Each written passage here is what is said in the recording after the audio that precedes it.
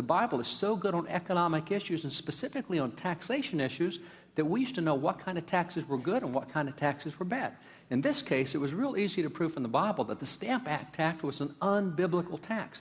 That's why we could preach about it. That's why we could have a day of thanksgiving to God when we repealed it. It's not that we're just repealing taxes. We repealed an anti-biblical tax. Now, if you take that and roll that forward to where we are now and say, well, what kind of taxation issues do we deal with today that the Bible might address?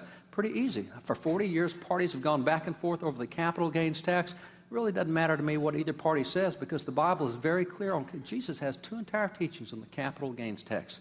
Do you know whether Jesus is for or against the capital gains tax? In the same way, we have a progressive income tax. Now, when the founders wrote the Constitution, they wrote what was called a capitation tax system. But in 1913, through the 16th Amendment, we amended the Constitution and said, no, we don't want a capitation tax system. We want a progressive income tax system. Okay, two different systems of taxation. Does the Bible take a position on either position? Yes, absolutely. So is the Bible for or against a progressive income tax? In the same way, this past Congress, before this last election, for the first time in modern history, made the estate tax a permanent tax. They've been fighting over that about 14 years pretty viciously back and forth between the parties. But it's finally a permanent tax for the first time in our lifetime.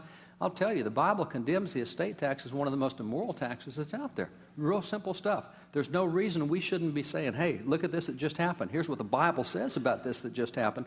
The Bible's as clear about that as it is any other moral issues out there because economics can often be moral issues, especially if the Bible takes a stand on where these economic issues are. One of the good examples, minimum wage. Party's been fighting about that for about 60 years.